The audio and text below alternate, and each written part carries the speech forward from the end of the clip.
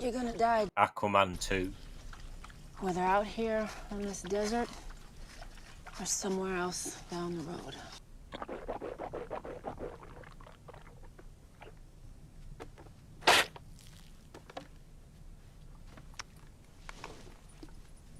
Better get going.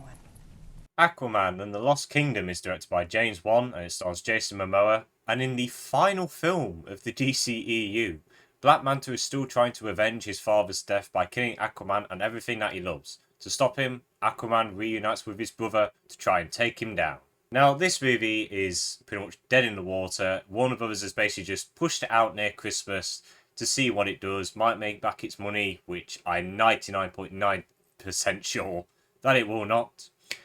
And yeah, pretty much no one is really bothered. It's the final movie of the DCEU. It's rebooting next year or the year after. So really, this movie's just been left out to dry. Adding to the whole controversy with Amber Heard and the amount of years that we've been waiting for this film, like 5 years since the first Aquaman. It's way too long to wait for a sequel, in my opinion. But I went to see it literally an hour ago. I've literally just got back from seeing it.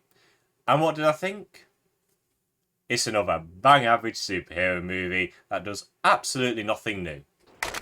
What? I literally have not got much to say about Aquaman 2. It is another formulaic movie that hardly does anything different. It follows the same beats as you see in all these movies and ends off with the big cliche CGI battle that we see all the time. You know what's going to happen, so why would you see it? If I'm going to give this film anything, it's that I like what they did with Ocean Master. I feel like he was a villain that could redeem himself. And I felt like they did his redemption arc pretty well. I think it was very believable. It had a bit of weight to it. I like the whole message of like, no matter what they do, everyone in your family is still family. It's a good message to send. I think he helms that very well to an extent. He's probably like the only part of the story that I quite liked.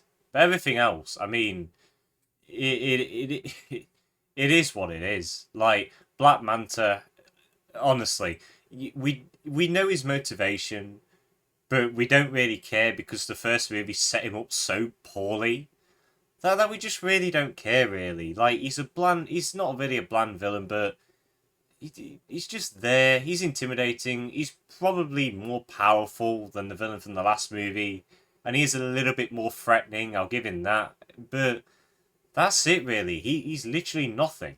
And of course, I can't go talking about this movie without mentioning the Amber Heard in the room, which is probably the only thing people are going to be talking about mainly about this film. She's in the movie.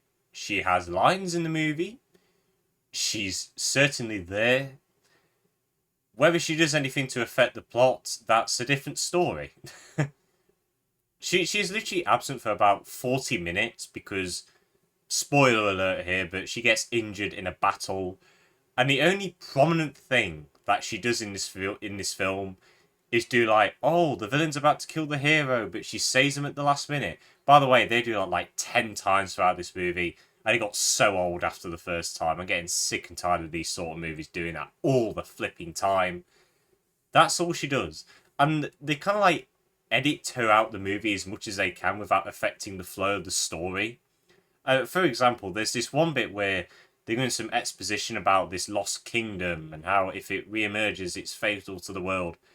And they cut to like reaction shots, but it's like they just really forgot about Amber Heard.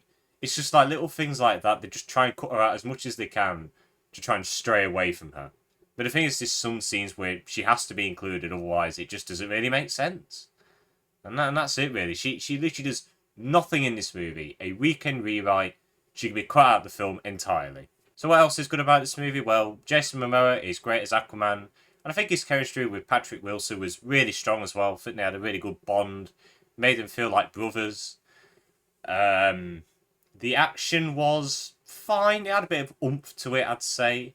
The CGI, the visuals, I mean, they're nothing special. It's very basic cinematography and direction. They've got a bit of James Wan in there with his whole like 360 shot. That's all the James Wan inspiration I could find with the direction, really. The CGI at times looked really bad. We're just not there with this like technology of them being under the sea. It looked he looked really bad in the first film. He looked a bit better in this one, but it's so clear that we're just not there yet with the technology. And really, that's it. I literally have nothing to say really about Aquaman and the Lost Kingdom.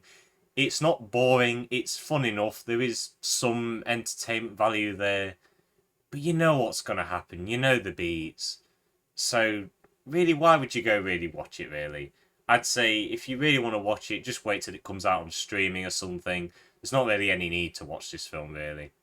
So yeah, Aquaman and the Lost Kingdom, I'm going to give it like a 4.5 out of 10. It's a film, it's fun at times, it's not boring, but you know what's going to happen. That's all I can say, really. But yeah, guys, that is it for the end of this review. I hope you all enjoyed. My next video, really looking forward to it. Worst films of 2023, then the best films. Really looking forward to recording those videos. But I hope you all enjoyed this video. If you have seen Aquaman and the Lost Kingdom, let me know what you thought about it. Did you find it fun? Do you think it's a solid end to the DCEU? Let me know. But I hope you all enjoyed this video. Have a good day. And see you later.